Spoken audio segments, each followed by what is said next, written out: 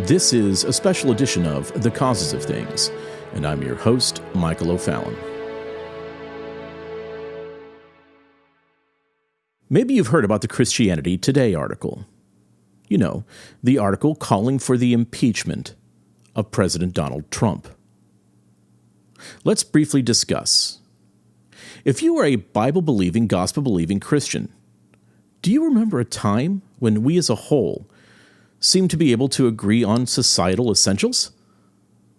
I mean, do you remember not that long ago, maybe 10 or 15 years ago, when nearly 90% of Christians believed in the essential priorities of our American society?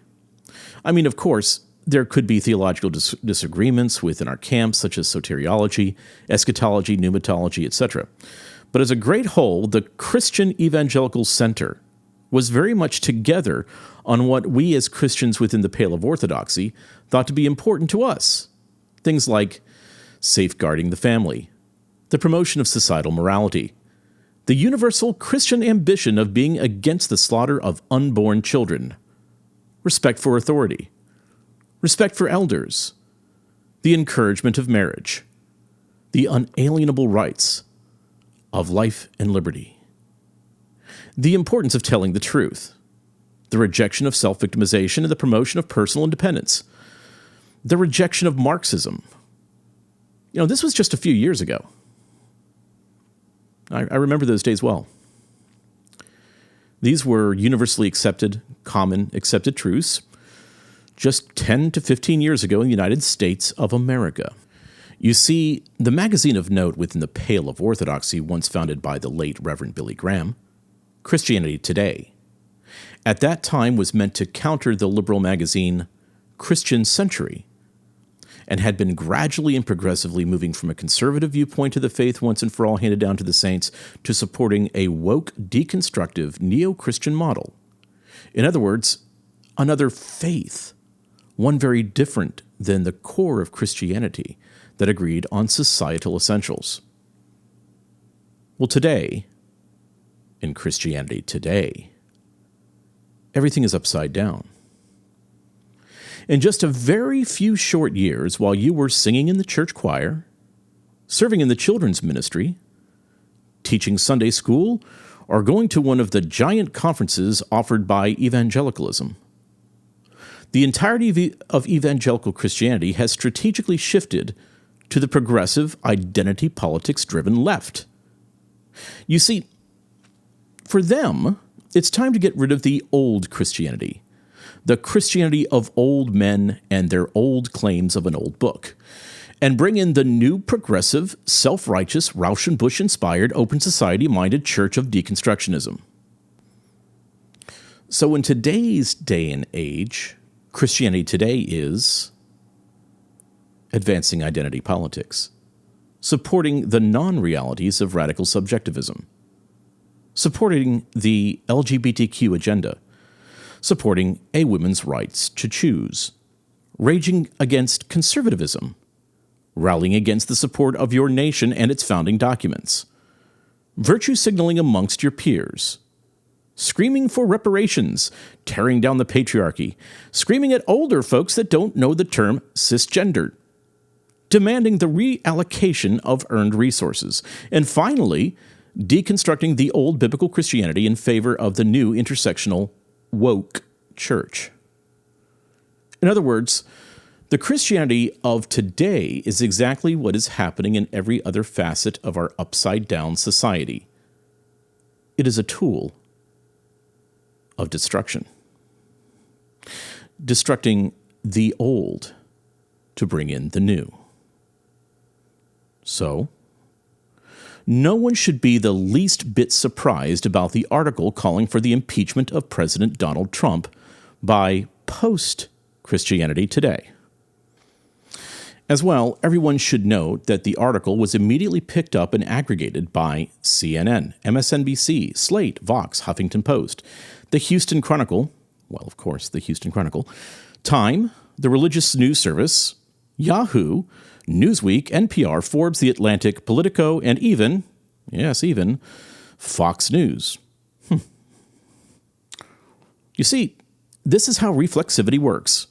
Create a body of research or an article that contains a fertile fallacy.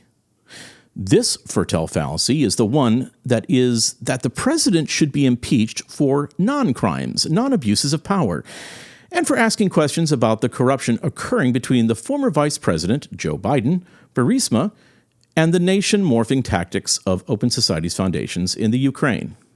So the folks behind the Christianity Today article create the reflexive cloud of opinion to try and sway the evangelical vote and support away from President Donald Trump. You send this impeachment article to all the news sites that will agree to release en masse and flood social media. You bring pundit after pundit to discuss how Christians can't rightly support Donald Trump. In other words, you do what Joe Carter and the Gospel Coalition have been doing for years, but with a lot less effect. But you make this the main topic that every Christian is talking about today and through the holidays. And then you release even more articles, add names to a growing list of concerned evangelicals as you push for either impeachment or the defeat of Donald Trump in the 2020 election. You then follow up in the coming year with conference after conference of just gospel, pilgrim politics, and invite speaker after speaker who endorse the deconstruction of Christianity and the concept of supranationalism.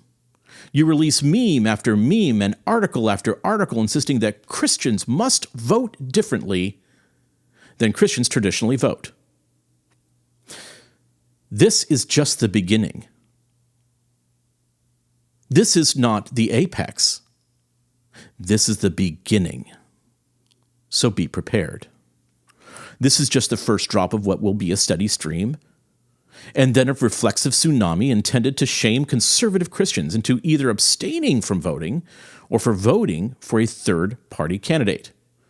You see, as I've been saying for an awfully long time, what is happening today in Christianity with the woke movement is simply a political movement disguised as a theological movement. If you are a dedicated Christian to the historic biblical Orthodox faith, if you love this nation for its freedoms and for its liberty, and equal opportunities for both men and women, if you love the God-given biologically responsible concept of the family, if you support this president, you see, you're getting in the way of the revolution. You're now the enemy. This is ideological warfare. And they don't just want to control the church. This brand of radical subjectivism, this cancer is literally in everything and everywhere. So if you were the person who didn't want to cause waves in the church, if you are the man or woman that just wants to live the quiet life and worship with your family, let me be very clear. You can't be quiet. You can't be silent, or there will be no normal tomorrow for you or your children to inherit. Everything that is happening is in preparation for the fourth industrial revolution. We, as a species and as a planet, are being prepared to evolve. And you probably know nothing about it. Because while all of this is going on, you were worried about the mortgage, or your house, or your job security, or on those lab results that were sent out a week or so ago, or if your mom or dad will make it through Christmas. You know, you were living your lives. But this is a very different time. You must use your voice, your feet, and your vote to resist the coming night. Right now, there are just a few men in the way. For whatever reasons, in His mercy and in His ultimate sovereignty, God has put a man in the way of the fast track to dystopia. And his name is Donald Trump. He is in the way, not just in our nation, but on the behalf of others that desire autonomy from those that value true freedom. In the eyes of those that have the destruction of our nation and the evolution of our faith in mind, he is the prime enemy, the prime target. All of their efforts are going to be focused in on the president over the next several months. So I suggest that you pray for him. For those of you concerned about Christianity today, please know this: it's only the beginning. It is easy enough to say that Christianity today has lost its lampstand.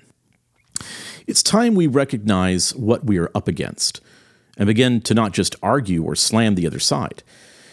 It's time to plead for those to come out of this strange cult of epistemological Gnosticism, this group of Christian deconstructionists.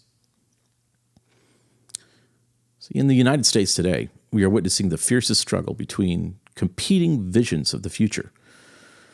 What the future will be will depend on the mercy and sovereignty of God upon our action in obedience to His will. You need to get used to this, yes, but get used to fighting with your voice, loud and clear, against this new American cultural revolution. Your children's lives depend on this day and what you will do in this epoch of time and how you will act. It's time to act. It's time to speak. It's time to stand up.